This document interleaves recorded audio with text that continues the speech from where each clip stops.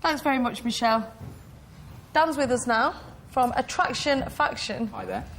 What is Attraction Faction? Right, okay, Attraction Faction. It's an idea that we came up with about a couple of years ago.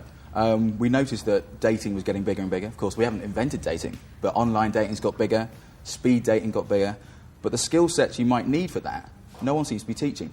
But it's something you can really learn. So we came up with this idea called Attraction Faction, something to teach men, and now women, hopefully later on, how to become more attractive.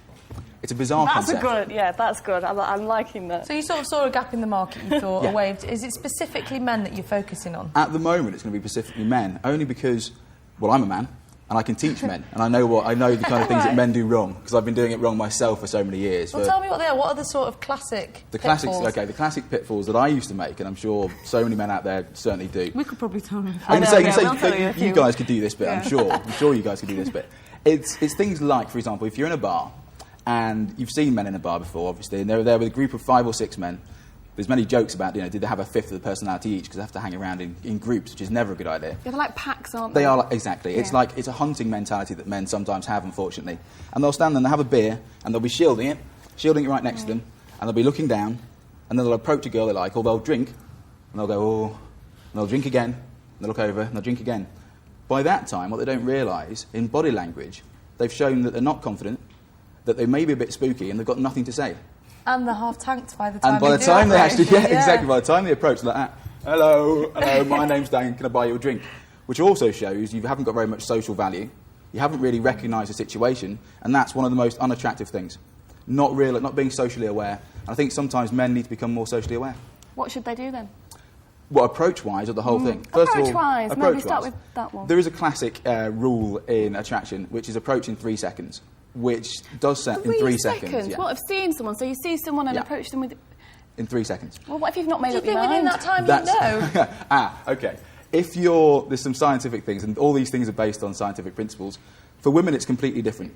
Because if you approach in 3 seconds, it's completely different. Because you just said yourself, would you know?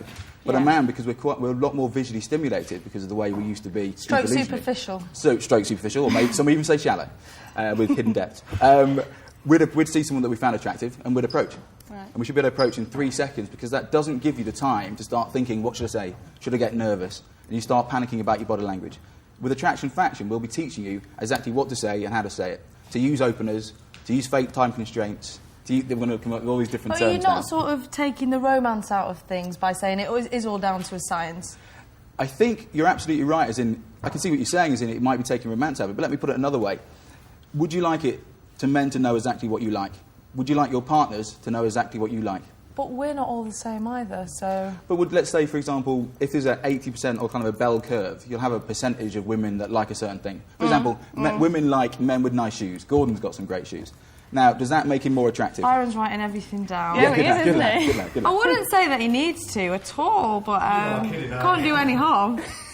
But let's say the nice shoes thing. If you turn up to a bar with Wellington boots on, you're still the same guy. Yeah, you could be a lovely guy and a nice guy.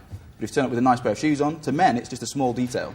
But for women, because it is such a small detail, are very important. Absolutely. They really logically for a man, that doesn't make very much sense. Yeah, I think men look from the top down, don't they, towards the women, whereas I think women are a bit more... Exactly. They bottoms up, so to speak. Fair enough. If you imagine that, but on a smaller detail with body language, with not only clothes you wear, but we're going to be talking about this later on, fashion things, body language. We're doing a whole series of these, hopefully, for the next couple of months. So each time we'll be talking and teaching about a different thing. So you're going to be coming in and offering tips to men?